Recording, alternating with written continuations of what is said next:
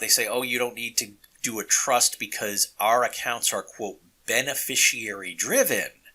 Yet, part of the paperwork that they require to release the funds to the beneficiaries without probate is, quote, letters testamentary from the probate court.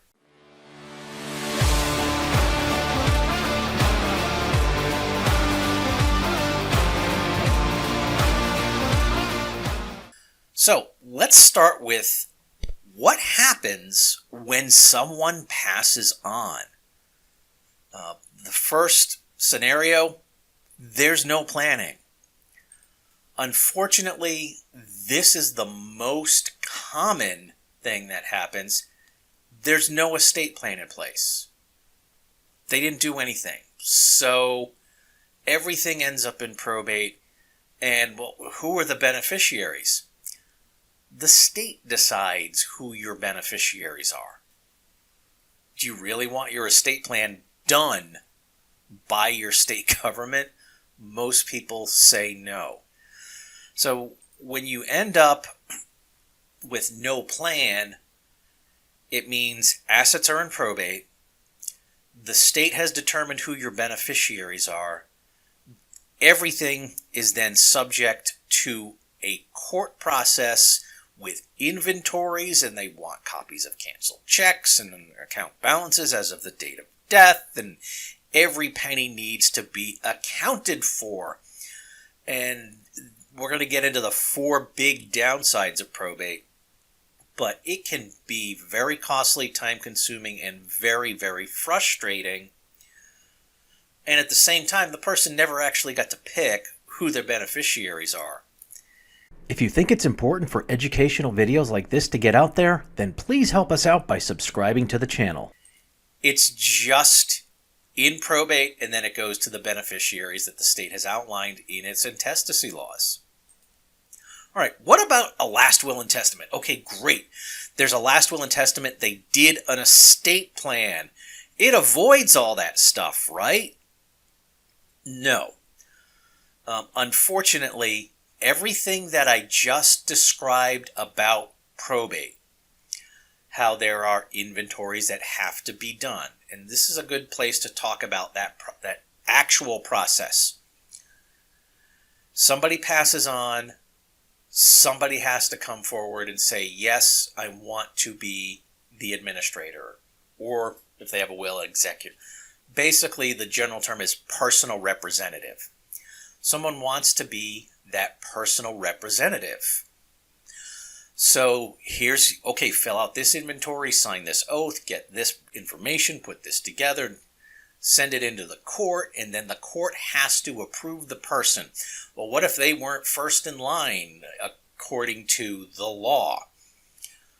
Without a will, that's it. Okay, your closest relative gets to apply. They get a preference unless there's something wrong. And now it's actually could be debated and contested who should be the person handling the estate. All right, so all those that inventory has to be your, quote, best guess. Once that happens, you get the court papers that approve you to go in, start collecting assets, and start gathering things up. And then you have to do an inventory. That's usually second phase. When you were if you were doing a kind of initial inventory or, quote, application listing assets, it has to be your best guess. Well, why just your best guess?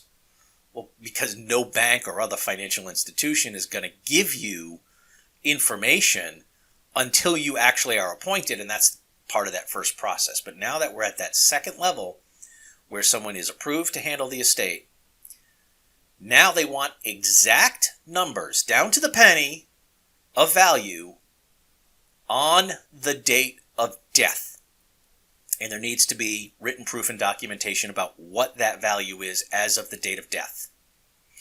So you've got to gather up that paperwork, gather up those statements, start collecting the assets, potentially liquidating them or at least retitling them into the estate.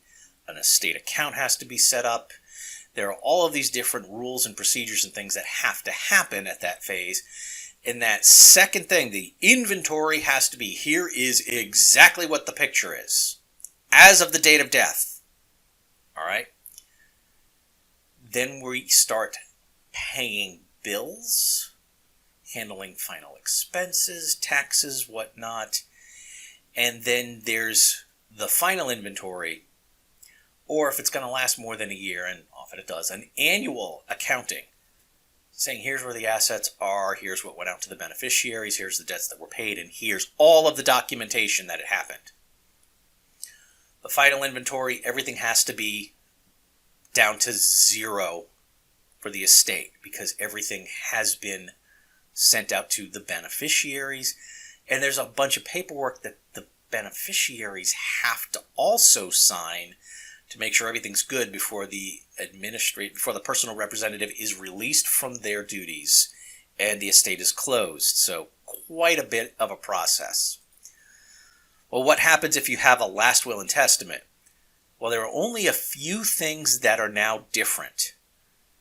You can nominate the person who would be your executor, so you're kind of choosing that person. And you're choosing the beneficiaries. Great. But does it avoid probate? No, it doesn't. All of those procedures, and I just gave you the kind of top level view, there are lots of different permutations, and it can vary a little bit from state to state, but you got to choose who your beneficiaries are, and you got to nominate the person who would be handling the estate. Other than that, all of those procedures, at least in North Carolina, it's the same thing. It doesn't matter whether you had a will or not. So if anyone's ever told you, oh, I have a last will and testament, my estate avoids probate, 100% wrong. All right, well, what about if you have joint property or beneficiary designations, or also known as TOD, transfer on death, or POD, pay on death? Does that avoid probate? Well, I'm going to say sort of. Technically, it's, quote, avoiding probate. However, in the inventory, that initial account that you're sending in with the application saying, here's what, you actually have to list that stuff. Okay? Because if it was in a deceased person's name, the probate court often wants to know it, even if it was transfer on death somewhere else. Okay. And, unfortunately, there are a lot of institutions, and this seems to be a growing trend, and there's one that's an absolute bad offender. They say, oh, you don't need to do a trust because our accounts are, quote, beneficiary driven. Yet, part of the paperwork that they require to release the funds to the beneficiaries without probate is, quote, letters testamentary from the probate court, or whatever your state says is the documentation saying here's the trustee. Well, wait a minute, I thought this was supposed to avoid probate. Oh, well, it's just a piece of paperwork. Well, now suddenly that's an asset that the court is having to get involved with, even just to get the letters testamentary. What if you had everything set up perfectly to avoid probate? They're still making you get paperwork from the court. Now, here's the other thing. A lot of times, the probate court, because it was titled in your name before it went somewhere else automatically without probate, they're demanding proof that it actually did avoid probate. So now you're having to submit documentation to the court to avoid probate. And it, again, if you ask an attorney, does a TOD or a POD or a beneficiary, or it's a joint with a right of survival, does that avoid probate? Well, the answer is yes, but when you start saying, okay, even though it avoided probate, here's all the interactions you have to have with the court, most people go, that's not avoiding probate, because you're still dealing with the court.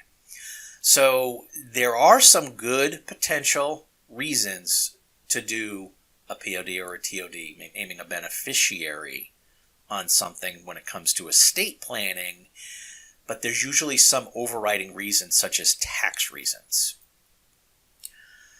So what about having a funded revocable living trust? All right. This is where a lot of my clients and their families see value, because what you're actually doing is setting up a trust ahead of time. You're in charge of the trust, so you're running it. And you're laying out, here's where I want my stuff to go when I pass on. And now it's going to cover a whole wide range of situations and contingencies, not only when you pass on, but also if there's something that happens to you during life and you become incapacitated. It's all kind of laid out in the trust. So your trust is, quote, managing these things. Now, day to day, do you really see a lot of differences? No. No, you don't. So here's where I'm going to cover some of the very basic aspects of the trust. The trust needs a trustor, a person who's going to set up and create the trust. It needs a trustee who's in charge of managing the assets in the trust. It needs a beneficiary who's this trust set up for. I'm going to throw in a fourth one here, and there's a lot of confusion around it. There's also a grantor. That's not interchangeable really in a technical sense with the trustor, but a lot of attorneys and others in the field make it sound like it's the same thing. A trustor creates a trust. A grantor is who puts assets into a trust, but it's almost always the same thing if it's a grantor trust, which technically a revocable living trust is a revocable grantor trust tax-wise. So, who is this when we're talking about an estate plan and setting up a revocable living trust? My clients. They're the trustors, they're the trustees, they're the grantors, they're the beneficiaries while alive. So this is entirely set up for them.